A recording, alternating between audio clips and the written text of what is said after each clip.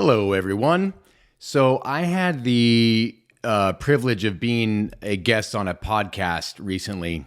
And one of the things that we discussed was, as real estate professionals, you have to be able to think outside the box. And especially in this market, it's more true than ever in order to get these deals closed and in the best interest of our clients who, let's face it, most of them want to get their house sold or buy a house.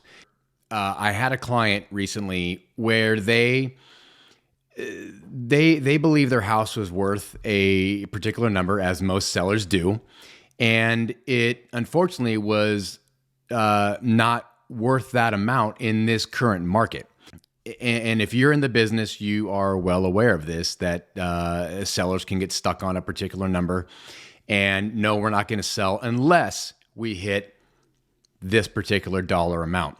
What I ended up doing was we got an offer on the property, and it was not an offer that the seller remotely wanted to entertain.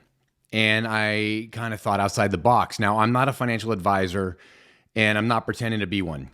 What I did was I figured out how much they owed on their mortgage, and with this offer, what they would actually net. I kind of flipped the script a little bit, and I said, well, do you need this money right now? And the seller had already bought another house.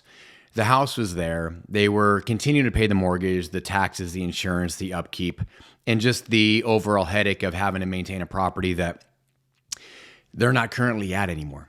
What we did is I said, well, if you were to take your net proceeds from this sale, even at this kind of offer that you didn't even want to pay any 2 cents to, and you put that money into a high yield savings account and let it sit there for a few years, because it was not an insignificant amount of money.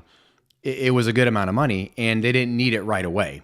And so I said, well, if you put this amount of money as an idea into a high yield savings account and just let it sit there, you would actually net more money than if you sold your house at the amount that you said, we're not selling it for less than this. And you came out ahead. There are other ways to get to the same result. I hope that makes sense. And because of that conversation, they ended up accepting that offer and closing the deal.